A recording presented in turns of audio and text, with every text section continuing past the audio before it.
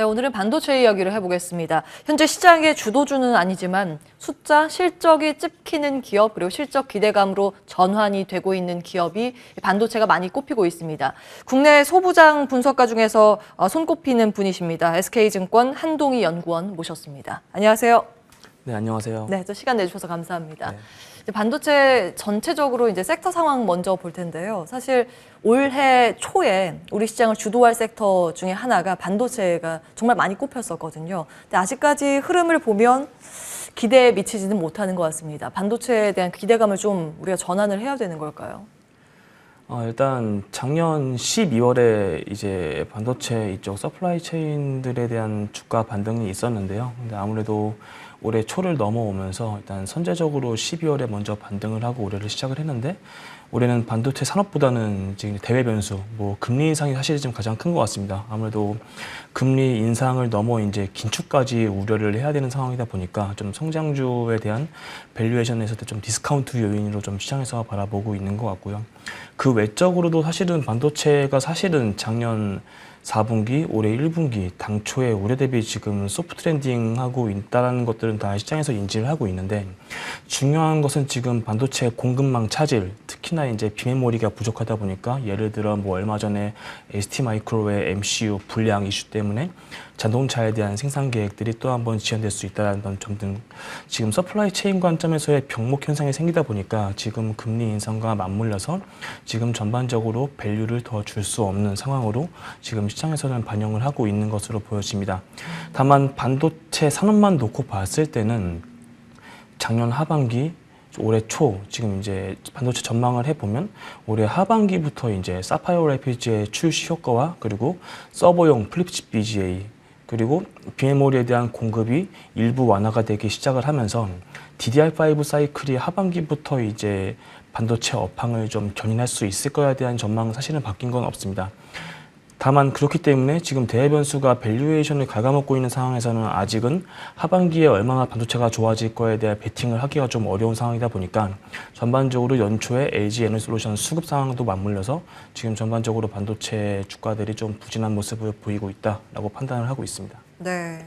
사파이어 래피즈라는 건 이제 인텔의 CPU 신제품인데, 이제 업계에서 이게 나오면은 이제 다른 것까지 다 팔릴 거라는 기대감 때문에 사실 삼성전자의 어떠한 그 반등의 신호 가능성으로도 좀 제시가 됐던 포인트긴 한데, 지금 공급망 문제를 가장 중요한 부분으로 분석을 해주셨습니다. 코로나19로 인해서 공장 셧다운되고 공급이 제대로 안 되다 보니 만들지를 못하고 있는 그런 상황에서 서플라이 체인들의 그 병목 현상을 말씀 주셨는데, 사실 그렇게 말씀 주신 거에 비해서 실적들이 굉장히 좋지 않았나요? 소부장단의 기업들의 실적들이 생각보다 다 좋았던 걸로 저는 기억을 하는데요. 네, 작년에도 그렇고 올해 역시도 실적들은 계속 실적들을 낼 것으로 보여집니다. 다만 지금 아다르고 어다른 얘기지만 전반적인 캐펙스의 레벨 자체가 작년에 이제 급증을 했었고요. 전반적으로 작년에 서플라이 체인들은 다 좋은 실적들을 냈습니다.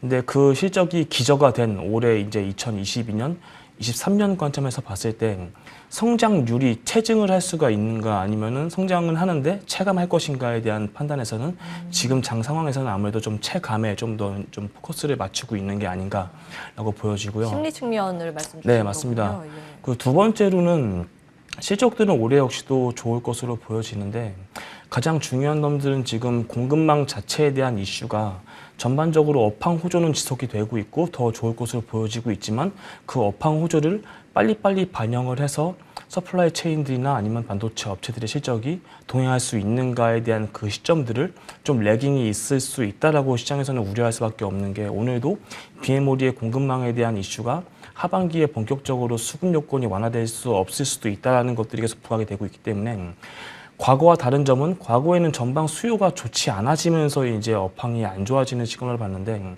지금은 전방 수요가 괜찮지만 그거에 빨리빨리 세트가 만들어질 수가 없고 빨리빨리 공급을 할 수 없다라는 점, 그리고 반도체 공정 기술로 봐도 과거 대비해서 빨리빨리 수요를 잡고 물량을 뽑아내기가 쉽지 않다라는 점들이 전반적으로 업황들을 계속 좋게 보고 있지만, 정확히 언제부터 확실하게 좋아지는가에 대한 시점에 대해서는 아직 좀 의구심이 있을 수 있는 기간이라고 보고 있습니다.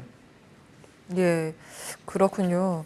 소부장단의 실적이 잘 나오고 있긴 하지만 현재 업황 분위기에 대한 이제 심리적인 측면까지 따져봤을 때는 바닥을 잡는 기간을 지금 명확하게 지금 당장이다라고 보긴 좀 어렵다고 보셨어요. 당분간은 좀 보수적인 관점 말씀을 주셨는데 특히 보고서 가운데서 하나 마이크론에 대해서는 유망하게 꼽으셨더라고요. 네. 그 이유는 뭘까요? 아까 말씀드린 것처럼 업황에 대한 방향성은 이미 정해져 있다라고 보는데 그 시점에 대해서 아직 좀 퀘스천이 있을 수는 있다라는 관점을 가지고 있고요. 금리 인상 자체가 사실은 이제는 매출에 대한 기대감보다는 이익 성장에 대해 더 시장에서는 포커스를 맞출 수밖에 없기 때문에 서플라이 체인 관점에서 성장률이 체감할 수밖에는 없지만 그 와중에 차별화된 포인트가 구조적으로 있을 수 있는 기업들과 그리고 그 기업들이 분기별로 실적 호조가 이어갈 수 있다는 그 가시성이 높다고 하면 이런 종목들은 더 시장에서 좋게 볼 수 있는 시점이나 그리고 이제 시장이 좀 센티먼트가 올라가기 시작을 할 때 더 좋게 볼 수 있는 여지가 많다라고 판단을 하고 있기 때문에 하나마이크론을 가장 좀 유망하게 지금 보고 있는 상황입니다. 예. 그렇다면 아직까지 좀 긴 호흡으로도 괜찮다는 말씀이시죠? 투자 관점에서 하나마이크론에 대해서 실적 전망은 어떻게 내고 계세요? 네, 하나마이크론 같은 경우에는 반도체 후공정 외주를 하는 업체인데요. 사실 이 회사는 본업과 그리고 자회사를 좀 나눠서 봐야 됩니다. 왜냐하면 자회사에는 하나 머티리얼즈라고 하는 반도체 부품 회사를 연결로 반영을 시키기 때문에 연결 실적으로는 굉장히 지금 호실적을 내고 있고요. 가장 중요한 거는 이 회사의 본업이 굉장히 지금 빠르게 좋아지고 있다는 점입니다. 작년 4분기 실적이 아직 발표가 되지 않았지만 저의 전망으로는 작년에 4분기가 별도 영업이익이 100억 가까이 나올 것으로 보여지고 있고요. 그럼 3분기 대비해서 한 20% 이상 성장을 하는 것으로 지금 여겨집니다. 작년 연간 별도 영업이익이 270억 후반 정도를 달성할 것으로 보여지는데 올해 연간 별도 영업이익은 630억까지 빠르게 좀 급증할 수 있을 거라 보고요. 이게 반도체 업황에 대한 공격적인 가정이 들어간 것이 아니라 작년에 이제 삼성전자 BMO리 패키징 테스트에 대한 물량을 받으면서 그 물량의 매출을 하기 위한 장비의 투자가 작년 말까지 집행이 되었고요. 이것들이 이제 올해 1분기부터 매출로 반영이 되기 시작을 하면서 업황과 무관하게 구조적으로 외주 비중이 증가하는 사이클에서 빠르게 성장을 할 수 있을 것이다. 그리고 테스트는 패키징 대비해서 더 수익성이 높기 때문에 올해는 테스트 매출이 빠르게 올라온 해라는 점을 감안하면 외형 성장과 더불어서 영업이익률까지 빠르게 증가할 수 있는 해가 올해라고 보고 있고요. 이것들은 작년에도 마찬가지였지만 올해 역시도 매분기 계단식으로 좋아질 수밖에 없는 구조를 가지고 있다. 그리고 마지막으로는 작년에 이제 이 회사가 SK 하이닉스와 2029년까지 반도체 후공정 턴키 사업 계약을 공시를 했는데요.